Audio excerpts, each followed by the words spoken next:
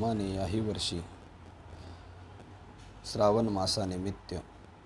श्रीराम कथेचे हनुमान मंदिर संस्थान उमरखेडतर्फे आयोजन करण्यात आलेले आहे। आज कथेचा प्रथम दिवसीय मुख्य यजमान श्री राम विनोदजी सारडा व आजच्या आरतीचे यजमान श्री मुकेश रुपेजा तथा संदीप मडके सर